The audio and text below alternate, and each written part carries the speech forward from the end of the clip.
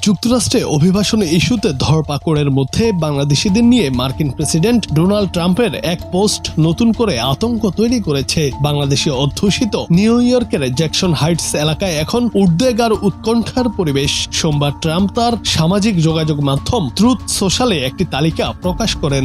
সেখানে দেখানো হয় বিভিন্ন দেশের অভিবাসীরা কত শতাংশ সরকারি সুবিধা নিচ্ছেন। ওই তালিকায় দেখা যায় 19তম অবস্থানে থাকা বাংলাদেশি পরিবারগুলো 54% বেশি সরকারি সহায়তা পাচ্ছে।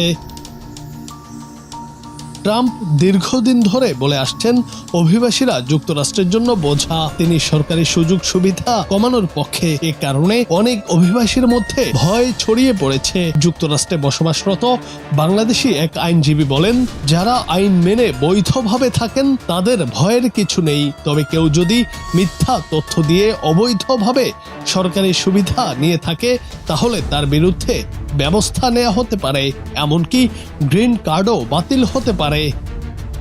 এদিকে ট্রাম্প ক্যালিফোর্নিয়া ও নিউ ইয়র্ক সহ 5টি অঙ্গরাজ্যের জন্য $10 বিলিয়ন বেশি অর্থ সহায়তা বন্ধের ঘোষণা দিয়েছেন। এর ফলে এসব অঙ্গরাজ্যে চাইল্ড কেয়ার ও সামাজিক সেবা কার্যক্রম বন্ধ হয়ে যেতে পারে বলে আশঙ্কা করা হচ্ছে। জুনায়েদ আহমেদ, বাংলা টিভি।